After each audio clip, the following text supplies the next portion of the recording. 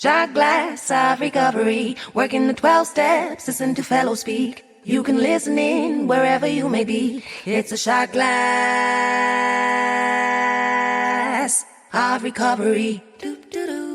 Hi, everybody, and welcome to a shot glass of recovery. Thanks for joining me once again today. And I am your host, Lisa M., a member of my home group, which is AA Solution Seekers. A big shout out to that group, 7 a.m., 7 days a week. Come and join us if you can. We would love to have you there. You can find us on Toronto Intergroup or online Intergroup AA. Our meeting Zoom link is there. And I thank them because they allow us to use this room so that we can have a place to record this podcast. We've done the big book study. Now we're in the 12 and 12 study. Today we're picking up on step 3. And in your 12 and 12, that is page 34. And Chris, let it be noted, once again, the only man in the room. Congratulations. Always following the ladies around. With a big smile on his face.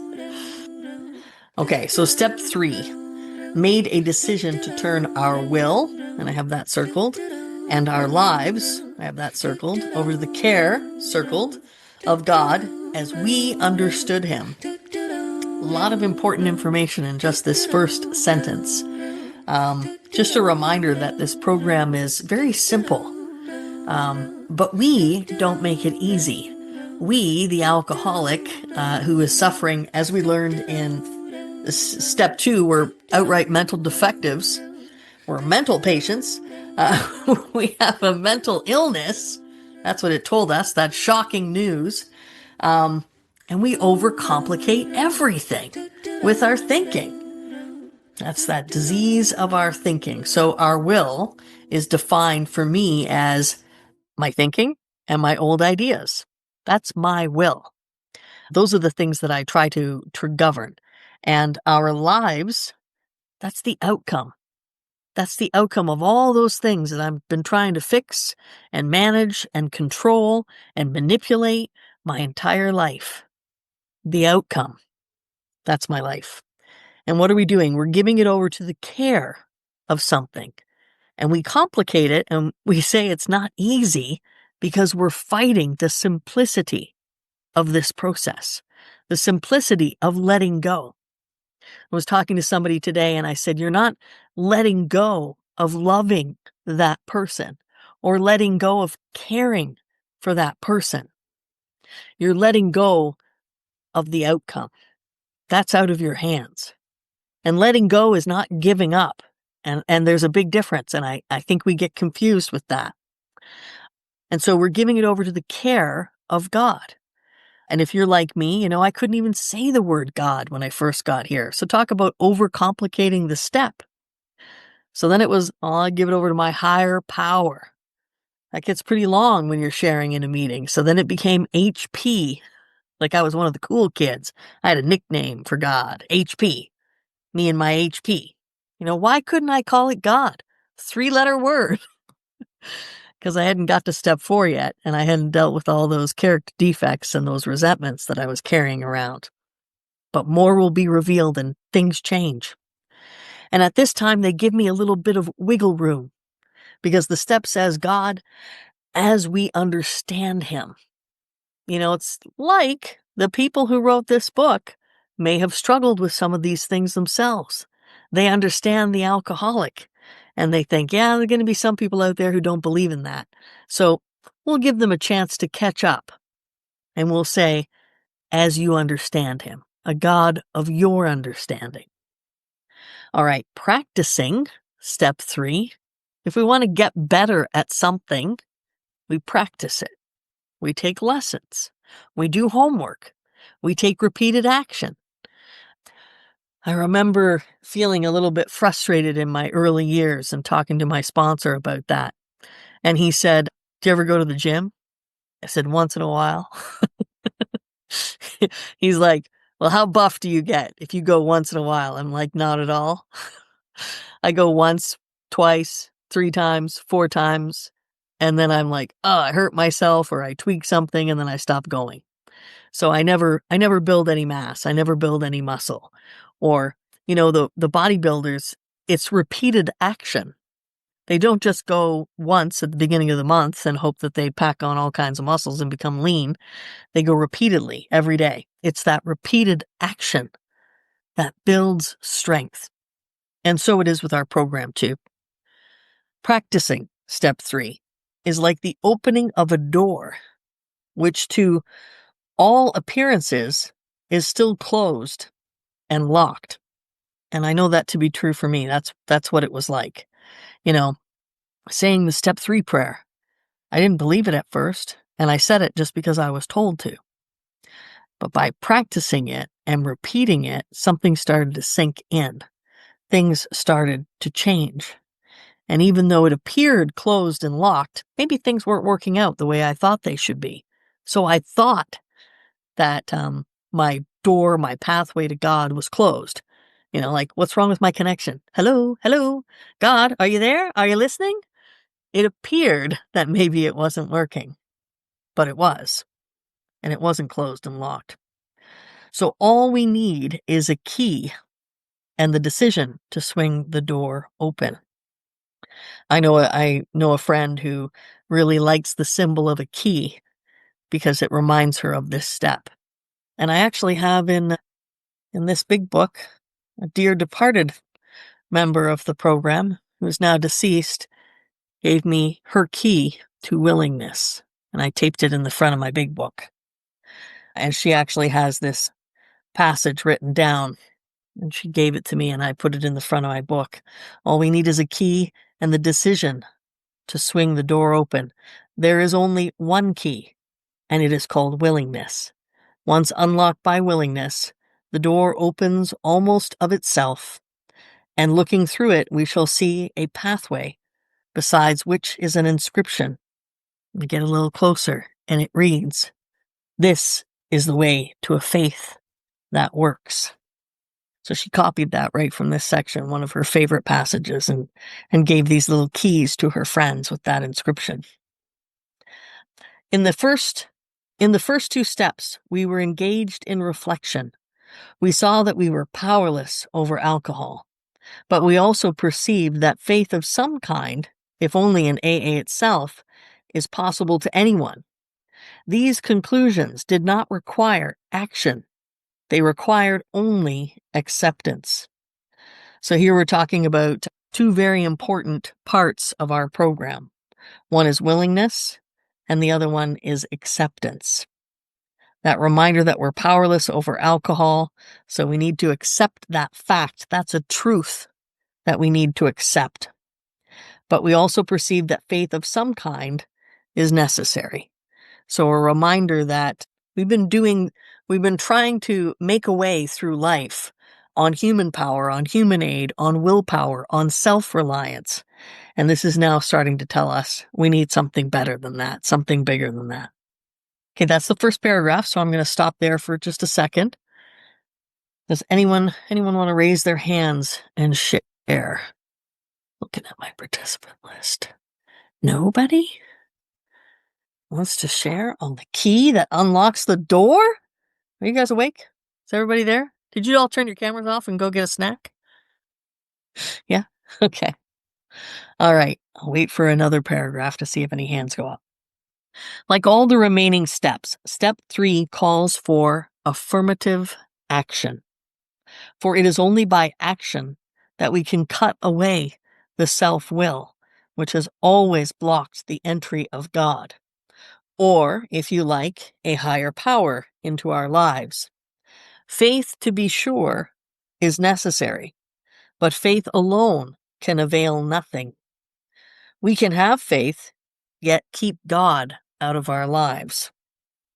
So this, for me, was where I really started to understand people of religion who had said that they'd had God, but still they didn't get sober. They couldn't stay sober. I believe this is where that is explained, like what happens. So they have that faith, but they continue to block the entry of God. And how do we block the entry of God with most of our circumstances in life? I see the raised arm. Put your football pads on. Here's a phrase. I got this. I got this. It's okay, God. You can have my alcoholism, but I got this. So don't touch this. And that's how we block the entry of God, or if you like, a higher power into our lives.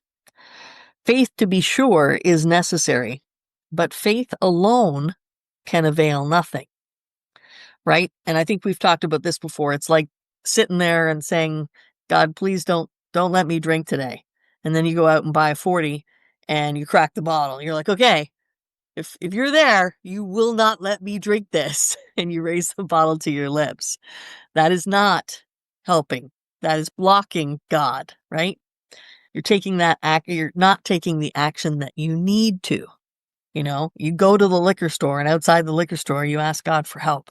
Give me the strength to turn this car around and go somewhere else. Give me the strength to call somebody, call a friend, call your sponsor. That's action and faith. And those things work better together. We can have faith, yet keep God out of our lives. Therefore, our problem now becomes just how and by what specific means shall we be able to let him in. Step 3 represents our first attempt to do this. In fact, the effectiveness of the whole AA program will rest upon how well and earnestly we have tried to come to, quote, a decision to turn our will and our lives over to the care of God as we understood him. And they keep putting that in italics, as we understood him.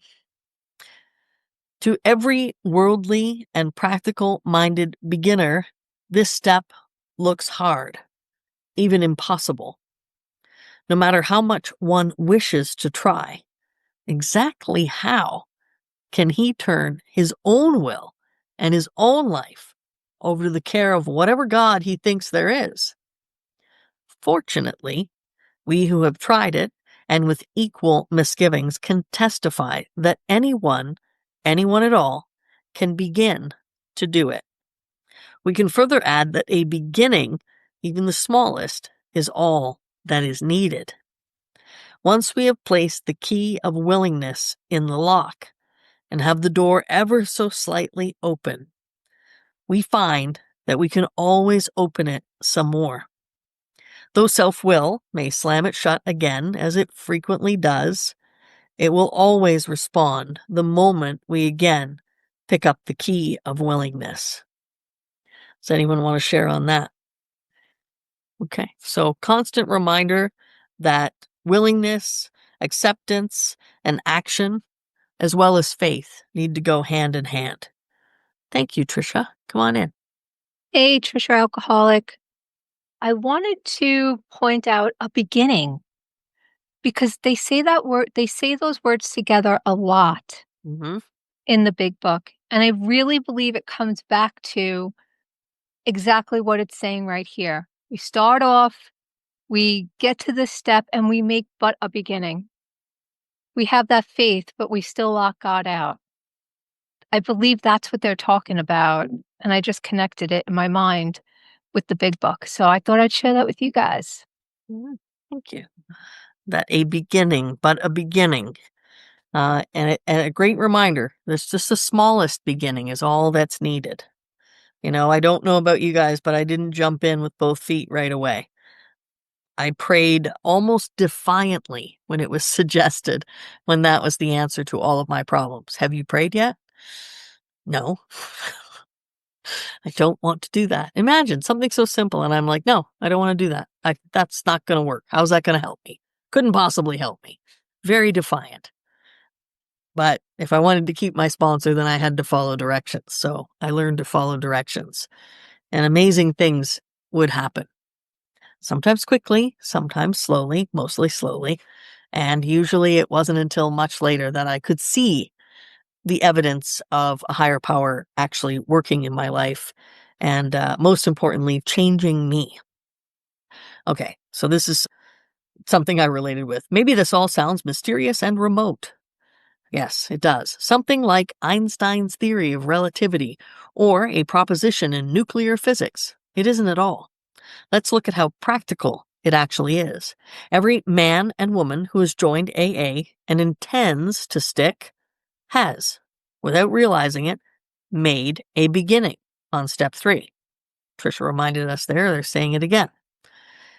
Isn't it true that in all matters touching upon alcohol, each of them, those people who made a beginning and intended to stick, made a beginning, each of them has decided, so they also made a decision in that beginning. We make a decision to turn his or her life over to the care, protection, and guidance of Alcoholics Anonymous. We come in, we're stumbling, maybe we might even be drunk. We don't know what's going on. Suddenly someone's shaking our hand. They're shoving a cup of coffee in our other hand. And they're like, hey, come on over here. Come sit with me. Here's the literature table. Do you have a big book? Like, what the hell is going on? Boom. Everything is happening. But suddenly I'm trusting this person. They're like a Sherpa. I'm lost in the wilderness. I'm lost going up the side of a mountain. And this person is saying, here, this way. I got you. I'll guide you. Don't worry about it. Have a cup of coffee. Have something to drink. Sit down. Take a load off. I got you. So we have turned our life over to care of maybe that first person that we meet in Alcoholics Anonymous, maybe that first home group that we have, that first meeting that we start to go back to again and again, and we keep coming back. That's making a beginning to trust something greater than ourselves, the unity of the group, the people in the group, other drunks who got sober and were baffled at how they did it. We want to find the mystery, the key to the mystery that kept them sober. Already a willingness has been achieved to cast out one's own will and one's own ideas about the alcohol problem in favor of those suggested by AA. Any willing newcomer feels sure AA is the only safe harbor for the foundering vessel he has become. Now, if this is not turning one's will and life over to a newfound providence, then what is it? Right? We go from self-reliant, thinking that we need to do this alone, that no one can help us, and then we walk into a room of people just like us who thought just like we did. And yet, they're different today, and they're saying they know a way out. And providence is always capitalized in our literature, that capital P for power, that capital P for providence, another word for higher power or God. Anyone want to jump in there? Okay, bottom of page 35. But suppose that instinct still cries out, as it certainly will. Yes, respecting alcohol, I guess I have to be dependent upon AA, but in all other matters, I must still maintain my independence. Nothing is going to turn me into a non-entity. If I keep on turning my life and my will over to the care of something or somebody else, what will become of me? We forget that when we had first gotten to the doorstep of Alcoholics Anonymous, a lot of bad things had become of us, right? How far down the scale had we already gone? But get a few days of sobriety under our belt, or maybe a couple of months, and we start to resist, right? We start to fight that self-will. It comes back. It's powerful, comes back in full force. And here's the infamous line that I think most everybody remembers. What will become of me? I'll look like the hole in the donut. That empty space. What are we afraid of? Becoming nothing, not being important. Maybe our self-reliance is what we confuse for confidence, and we think that we don't want to be led by other people. We don't want to be misled either. And we don't want to certainly just be, bumbling idiots who just follow instructions and again, become the non-entity and just do what we're told. This, of course, is the process by which instinct and logic always seek to bolster egotism and so frustrate spiritual development. I have written in my margin, an egomaniac with an inferiority complex. I'm fighting myself. I'm fighting the process. Instinct and logic. As we get into the further steps, I learn about my natural instincts, and they've run amok. What does that mean? Everybody has natural instincts, natural desires. We want our piece of the pie. We want to be loved. We want to have sex and more sex. Nobody wants to live on a straight pepper diet, I think it says in the big book. We want some spice. We want some salt. We don't want to be told what to do. But our instincts become so far gone and so blown out of proportion, we step on the toes of our fellows because it's me, me, me, me, me. We've become self-centered, self-seeking with these natural instincts. It's okay to have natural instincts. Everybody has them. But for us alcoholics, we tend to have blown them out of proportion. And that logic, right? That self-sufficiency, we think we're smart. And that bolsters our ego. And that is what stands in the way of the development of that relationship with spirit. Ego is all about self, and spirit is altruistic. Spirit is about the we. That's why we call this a we program, because we move from me to we as we let go of the selfish, self-centered nature that we came in here with. And when we do that, we find that we get the very instincts fed. They're met. Our needs become met all the time. We had thought that our instinct, our logic, and our ego were the things that we needed to get what we wanted out of life. But when we let go of those things and we start to make room, clean house, and make room for God, we start to get love. I've never had so much love in my whole life as I have since becoming a member of Alcoholics Anonymous, because I finally stopped thinking solely about myself. Like attracts like. When I'm a self-centered person, I attract other self-centered people. And then we're just stepping on each other's toes all over the place. Yeah, crazy attracts crazy. Cheaters attract other cheaters. I don't trust you because I know what I'll do. Like attracts like. But when I'm honest and I'm faithful, I have integrity, I have accountability, guess who I attract? Those are the type of people who want to be around someone like me. That's change. The trouble is that this kind of thinking takes no real account of the facts. We always have to circle the word fact because my mind deals in fiction. I'm a fiction dealer, so I need to be reminded of what the facts are in the book. And the facts seem to be these. The more we become willing to depend upon a higher power, the more independent we actually are.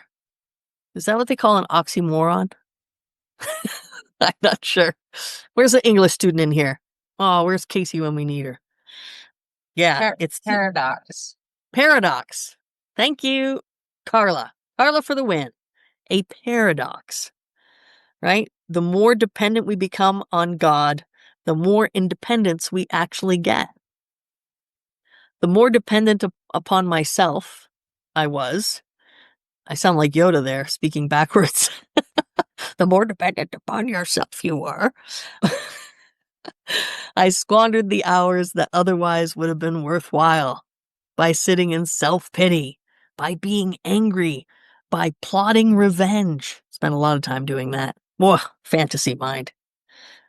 And then, when I became dependent upon God, frees up a lot of time, right? I don't need to spend a lot of time in the future or worrying. I don't need spend a lot of time in the past being angry and bitter and upset. All of a sudden, I have more independence and more time. Therefore, dependence, as AA practices it, is really a means of gaining true independence of the spirit. I like that. That's a payoff. AA has always given me a paycheck. It's not in money, but it's in things like freedom and peace and time and respectability, accountability, reliability. These are the paychecks of Alcoholics Anonymous. And now I'm learning that I also get independence. Okay, you guys just raise your hands whenever you want to jump in. Thank you, Tiffany. You don't have to wait for me to ask. Just put your hand up, and then Tiffany, you're first, and Heather, you're second. I was just going to say, Tiffany alcoholic. I've never really considered it as independence, but the more I practice the steps, the more I'm in this program, I am more independent of other people, my thoughts, my feelings. Somebody else's actions and behaviors cannot affect my mood in the same way it used to. You could send me into a spiral for days. And now I can think about it, pray about it, and I can move on from it and think you're a sick person. But it really frees me more from my own thoughts, feelings, and emotions. I just never considered it. But that's all. That is wonderfully put. Yes, I spent a lot of time. People had rent-free space in my head. My skin was paper thin, so easily torn, so easily hurt, so easily burnt up by the actions of other people. And you're right, that is a true independence and a true freedom. Heather, did you have your hand up or no? I see the cursor going did, but badly. I couldn't figure out how to raise my hand while I was sharing the screen, so I apologize. Okay, all right. Go ahead. Hi, I'm Heather, alcoholic. As you were reading this, Lisa, there was a lot that stood out to me. I was thinking in my head that I'm not sure if it was in this paragraph, but you mentioned, "Here, God, you can have my alcoholism, and I'm just going to keep everything else." And I think up until this time around, that's really what I was doing and why I was blocked and I couldn't get past a month and just really felt stuck that what am I doing wrong? What am I doing wrong? But then I would do, I forget what it's called, but like the 1-2 shuffle sort of thing, where I wasn't really giving everything over. I would just kind of still pick and choose and keep what I wanted to keep. But I feel like this time I was really like, if we're doing this, we're doing this. And so every morning, and oftentimes more than just in the morning, I'm trying to still just turn it over and realize it's not me that's in control here. And at the beginning, I remember hearing, "Well, did you turn it over? Did you turn it over to God?" And I was like, I have no idea what that means. And I still think I would have no idea if I didn't go to this book study and open the big book and it tells you how to do it. So that's been a huge game changer this time around. But yes, thanks for listening. Mm-hmm. Thanks for coming all the way in. I've heard that said. Don't just come to AA, come all the way in and sit all the way down and open the book and then read it. Yes, I think that's called commitment, dedication, and you're demonstrating you made a decision. You finally made a decision. I'm going to do all of this program, not just some of it. So congratulations. Yvonne. Yes, hi, Yvonne alcoholic. Thank you, Lisa. I really needed to hear a lot of what you were saying today, actually. And it occurred to me as I was listening to you and many of the lines that you were reading. And now the one that you have open, respecting alcohol, I guess I have to be dependent upon AA. But in all other matters, I must maintain my independence. The truth of the matter is I never really did have independence. I was dependent on alcohol. The illusion that I must maintain independence is not true for me. And I was a non-entity depending on alcohol. Alcohol made all my decisions. It was my higher power. You know, I kept turning my life and my will over to the care of alcohol. And that's what became of me. And I realize now that that really was my higher power. I was listening to another gentleman and he was talking about the analogy he gave was us being in a car and the driver that was driving the car was the addiction, the alcohol. And now this step is asking us to simply just, kick out alcohol out of the driver's seat and have our higher power there. But for some reason, I have this illusion that I should sit in the driver's seat. And I was never in to begin with. I was never really in the driver's seat to begin with.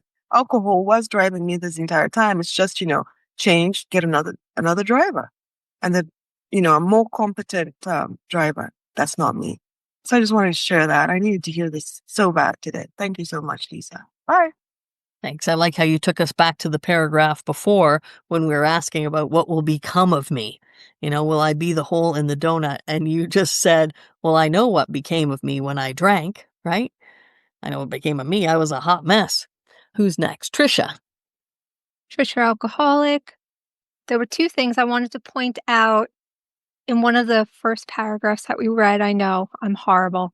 It says the AA program will rest upon how well and earnestly we have tried to come to a decision. And that brings me to one of my favorite things, the Arch of Freedom and the keystone, because the keystone, all the other steps rest upon it and it keeps it together.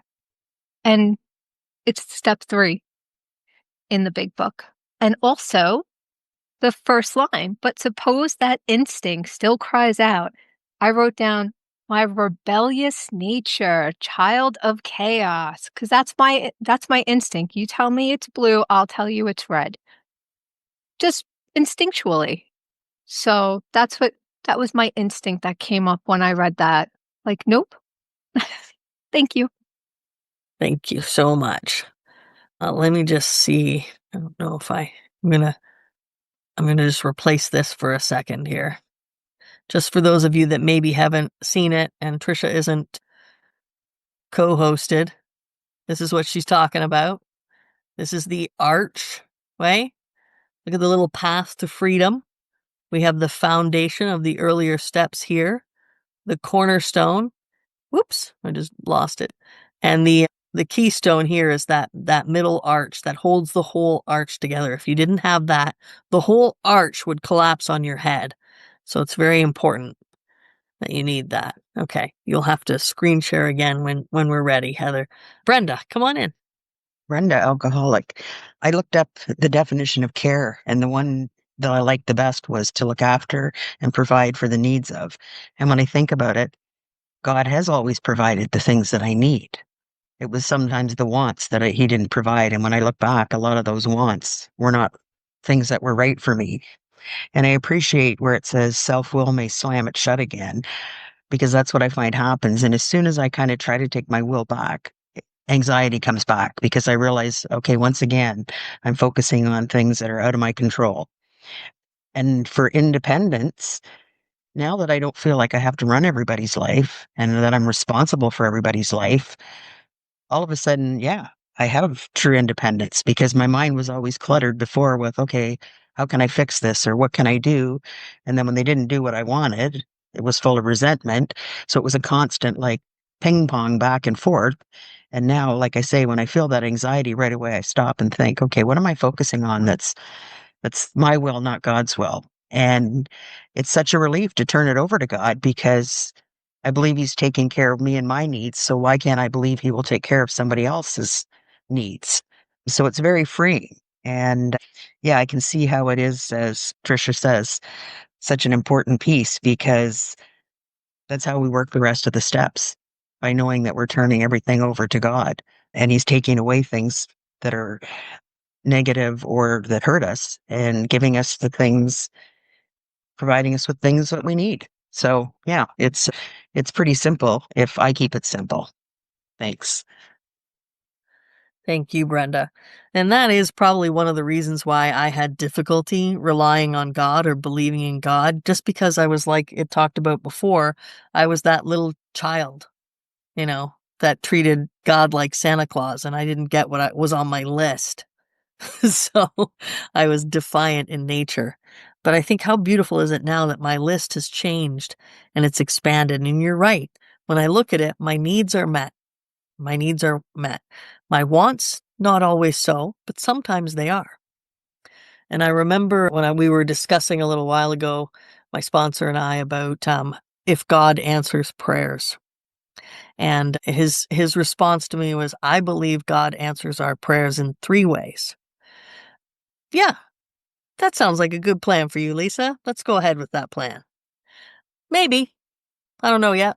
Not right now. Gonna take a wait and see attitude on that. And number 3 is fuck no. That's how my God answers. Nope. No way. But it's followed with, because I love you too much. See, I used to just think it was fuck no.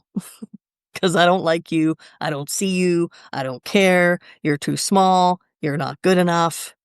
But then I came to believe that it was no, because I love you too much. Isn't that what a parent does with a child when they say no? When they set a boundary? Because I love you too much. I don't want you to get hurt. No, you can't climb that tree. You might fall out of it and break your arm. No, that's enough sugar for today. Right? No. No sometimes is a wonderful demonstration of love. All right, no more hands, so we're going to go to the next paragraph. Let's examine for a moment this idea of dependence at the level of everyday living. So remember, we're finding it easy now because we've seen some results. We've given over the battle of liquor to this thing we don't really understand, but we're working on it. We're making progress. We're making a beginning. We're demonstrating willingness. But what about everyday living? In this area, it is startling to discover how dependent we really are and how unconscious of that dependence. Was anybody dependent upon alcohol? I was. I was dependent on other mood-altering substances. How about people in your life? If your partner's in a good mood, does that make your day go better? Were you dependent on that? Oh, how about attention? If someone tells me I'm looking good, yeah, I'm dependent on that. If they don't, damn, my mood goes down, right? I was dependent upon other people for how I felt. I heard this, I heard an Al-Anon speaker say, if I wanted to know how I felt, I had to take someone else's temperature. That's a great description of relying on other people to tell you how you feel about yourself. There's all kinds of ways that we are unconscious of how we are dependent upon other people. Dependent on our parents, maybe for financial stability, for support. What about people who are dependent upon the system?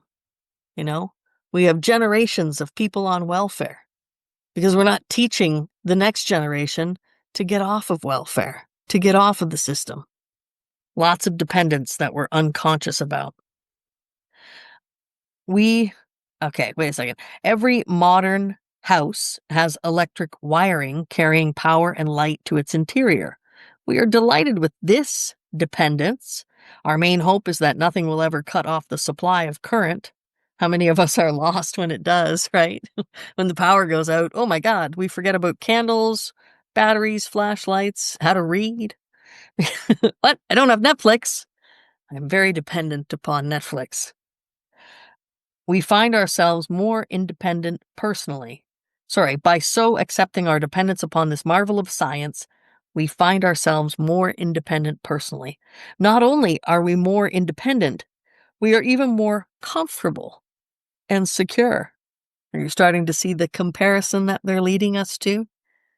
By being dependent, we get a sense of security and comfort.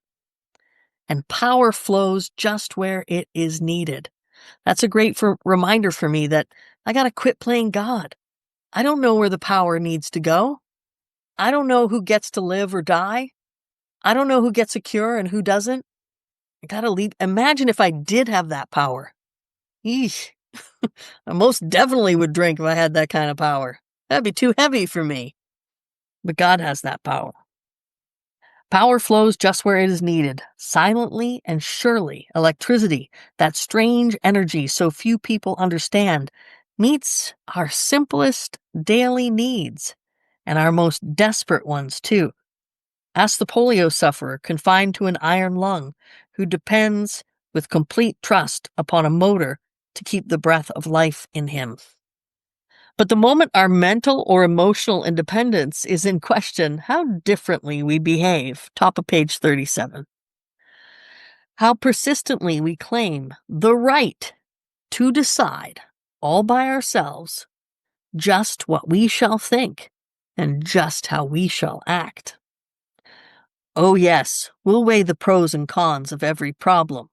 we'll listen politely to those who would advise us, but all the decisions are to be ours alone. I'm at that place now where, I make my own decisions. But in the beginning, I will say that my sponsor did make quite a few decisions for me. Like, I don't want to go to that meeting. You're going to that meeting. Okay. I don't want to read the book with you tonight. We're reading the book tonight. Okay. I don't want to pray. You're praying. All right. If I had been left to make all those decisions by myself, do you think I would have made any of them?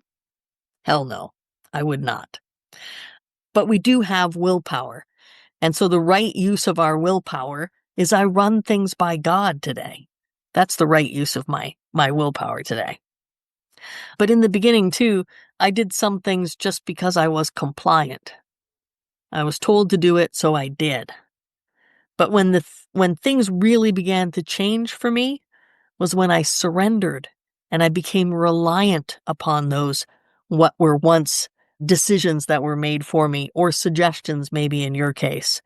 And I surrendered to the practice of just doing those things because I started to believe in the changes that I saw. But before that, oh yes, we'll weigh the pros and cons of every problem. We'll listen politely to those who would advise us, but all the decisions are to be ours alone. Nobody is going to meddle with our personal independence in such matters. Besides, we think there is no one we can surely trust. Remember what I said before about people who are untrustworthy? They don't trust other people. We are certain that our intelligence, backed by willpower, can rightly control our inner lives and guarantee us success in the world we live in. This brave philosophy wherein each man plays God sounds good in the speaking, but it still has to meet the acid test. How well does it actually work? One good look in the mirror ought to be answer enough for any alcoholic. Look at our lives, our own lives. Look at your life. All the years that you drank before you got to Alcoholics Anonymous. How well was it working for you? You were in control. You were running the show. Your show. Into the ground. You can't control the outcome. But man, did you try. I tried. For decades. To run the show myself. You guys can raise your hands at any time. Just a reminder. Should his own image in the mirror be too awful to contemplate, and it usually is, he might first take a look at the results normal people are getting from self-sufficiency. Everywhere he sees people filled with anger and fear, society breaking up into warring fragments. Each fragment says to the others, "We are right, you are wrong." Every such pressure group, if it is strong enough, self-righteously imposes its will upon the rest. And everywhere the same thing is being done on an individual basis. The sum of all this mighty effort is less peace and less brotherhood than before. So the more as humans we exert our individual will and think only of self, we contribute to less peace, less brotherhood, less love. The philosophy of self-sufficiency is not paying off. Plainly enough, it is a bone-crushing juggernaut whose final achievement is ruined. Therefore, we who are alcoholics can consider ourselves fortunate indeed. And this is probably why you hear a lot of people say, "I'm a grateful alcoholic." Each of us has had his own near-fatal encounter with the juggernaut of self-will and has suffered enough under its weight to be willing to look for something better. Trisha's putting some readings in the chat, probably from her 12 and 12 dictionary, maybe. Yes. Thank you for that. So it is by circumstance rather than by any virtue that we have been driven to AA, have admitted defeat, have acquired the rudiments of faith, and now want to make a decision to turn our will and our lives over to a higher power. We realize that the word dependence is as distasteful to many psychiatrists and psychologists as it is to alcoholics. Like our professional friends, we too are aware that there are wrong forms of dependence. I think I listed quite a few of them before, right? Dependence upon alcohol, drugs, outside issues, other people, work, money. How about that? I loved in the last episode, I remember hearing Betty say her higher powers were sex and men and money coming out of Miss Betty's mouth. That was pretty funny. Okay. You realize that the word dependence, we have experienced many of them. No adult man or woman, for example, should be in too much emotional dependence upon a parent. They should have been weaned long before. And if they have not been, they should wake up to the fact. Right? You might know somebody like that. I know somebody like that in my own family, still living at home with mommy and daddy at 45. You need to be weaned long before, and if they have not been, they should wake up to the fact. This very form of faulty dependence has caused many a rebellious alcoholic to conclude that dependence of any sort must be intolerably damaging.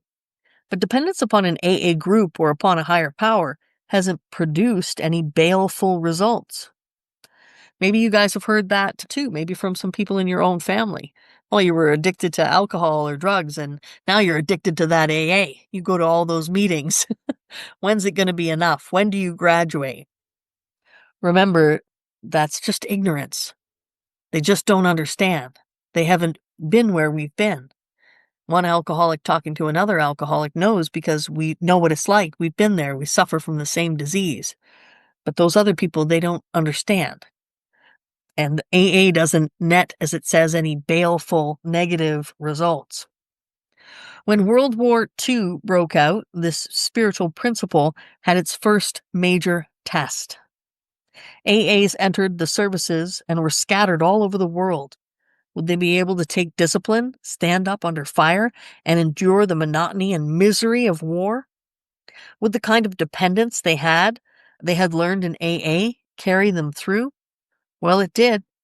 They had even fewer alcoholic lapses or emotional binges than AA's Safe at Home did. They were just as capable of endurance and as any, whether in Alaska or on the Salerno beachhead. Their dependence upon a higher power worked. And far from being a weakness, this dependence was their chief source of strength. I like that. I used to think people who prayed were weak. To believe in a fantasy or a fictional character, like a leprechaun that was going to get you out of trouble. And I thought that was weak. And now I see that those people who rely on faith actually have a strength that I never understood until I began to practice it. So how exactly can the willing person continue to turn his will and his life over to the higher power? He made a beginning. There it is again. You see that little smirk? Yeah, he made a beginning. We have seen when he commenced, that's another word for beginning, to rely upon AA for the solution of his alcohol problem. By now, though, the chances are that he has become convinced that he has more problems than alcohol, and that some of these refuse to be solved by all the sheer personal determination and courage he can muster. They simply will not budge. They make him desperately unhappy and threaten his newfound sobriety. Can any of you think of any of your own personal problems that you might have been struggling with up until now, up until step 3? I know some examples might be troubling relationships, separations, divorces, trouble at work, bad bosses, good bosses who tell you you're bad, all kinds of things. Those are some of those things that I tried to solve on my own and forgot that God was there for me in all of my affairs, not just solving the alcohol problem. Our friend is still victimized by remorse and guilt when he thinks of yesterday. Bitterness still overpowers him when he broods upon those he still envies or hates.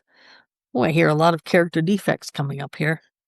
His financial insecurities worries him sick, and panic takes over when he thinks of all the bridges to safety that alcohol burned behind him.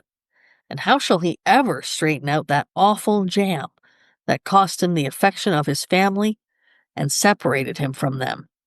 His lone courage and unaided will cannot do it. Surely he must now depend upon somebody or something else. At first, that somebody is likely to be his closest AA friend. He relies upon the assurance that his many troubles, now made more acute because he cannot use alcohol to kill the pain, can be solved too. And I like at first that somebody is likely to be his closest AA friend. For me, that was my sponsor. My closest AA friend was my sponsor. They were my first point of contact. They were the first person I called whenever I had a difficulty, had a question, had a problem, was crying. And that was the person that I relied on the most. And they did reassure me and give me directions and give me solid solutions to life's little difficulties. And I started to see that God could solve other problems besides alcoholism. So I have that. He relies upon the assurance that his many troubles, now made more acute because he cannot use alcohol to kill the pain, can, I circled the word can, be solved too. And that line is a great reminder for anyone who's new. Sometimes we get to that point in early sobriety where we get a little bit of a case of the fuckets because we're overwhelmed. We're in that desperate place of being uncomfortable. Eesh, I don't like discomfort. I don't like confrontation. I don't like indecision. I don't like the waiting place. I don't like being under scrutiny. I don't like being without, having less than. All of these places, I don't like them. And what used to take away the pain was alcohol. But I can't do that anymore because I made a decision and I accepted that I was powerless over alcohol. I've accepted that I have a disease and that cannot be my solution anymore. So I can't use alcohol to kill the pain. But I'm being assured by someone who has been where I have been before, and they're saying, but this higher power, this can solve those problems too. Just keep coming back. Stay. Have patience. Of course, the sponsor points out that our friend's life is still unmanageable, even though he is sober. That after all, only a bare start on AA's program has been made, right? It is not the same to put down the drink and to be sober. Those are not the same things. Stopping drinking is but a beginning. That's it. But a beginning. You're just at the beginning when you stop drinking. So it's a bare start on AA's program. More sobriety brought about by the admission of alcoholism and by attendance at a few meetings is very good indeed, but it is bound to be a far cry from permanent sobriety and a contented, useful life. I have all that highlighted, so get your highlighters out, right? So it's telling us the difference between just not drinking and sitting there with all those icky feelings that we don't know what to do with, and real, true sobriety. And then it tells us what that sobriety looks like. Permanent sobriety looks like contented and useful living. I have peace. I have purpose. I have independence because of my dependence. That is just where the remaining steps of the AA program come in. Nothing short of continuous action upon these as a way of life can bring the much desired result. So that's the answer. When I'm feeling restless, irritable, and discontent, to place my reliance upon a power greater than myself so that I can get permanent sobriety. So that's top of page 40. The next paragraph we will begin on next time is then it is explained that other steps of the AA program can be practiced with success only when step 3 is given a determined and persistent trial. That's where we'll pick up next time. I didn't see any hands, so I don't know if anyone wants to say anything before we close. Any comments? Trisha? Are you waving at me goodbye or? Okay, good. No, Thank you. Trisha, alcoholic. I just wanted to point out that where it says somebody or something else, the S's are capitalized, and that always means something. He doesn't do that often. Thank you. I didn't even catch that one. I always catch the capital P, but I didn't catch the something. Thank you. Good stuff. Anyone else want to share anything before we wrap up with a prayer? Let's close together with the serenity prayer. Let's think about the still suffering alcoholic, those who have not yet found this study and these rooms. God, grant us the serenity to accept the things we cannot change, courage to change the things we can, and the wisdom to know the difference. Amen. Keep coming back. Thank you to everybody who has showed up and supported this show just by attending the meetings and participating. And thank you to those who can make a contribution to help pay for the platform costs and production of the show. I appreciate it. It's not required, but if you want to make a donation, it's paypal.me/a shot glass of recovery. Every little bit helps. $1, $2, $10, whatever you can make is always appreciated. Once again, thanks for joining me on Shot glass.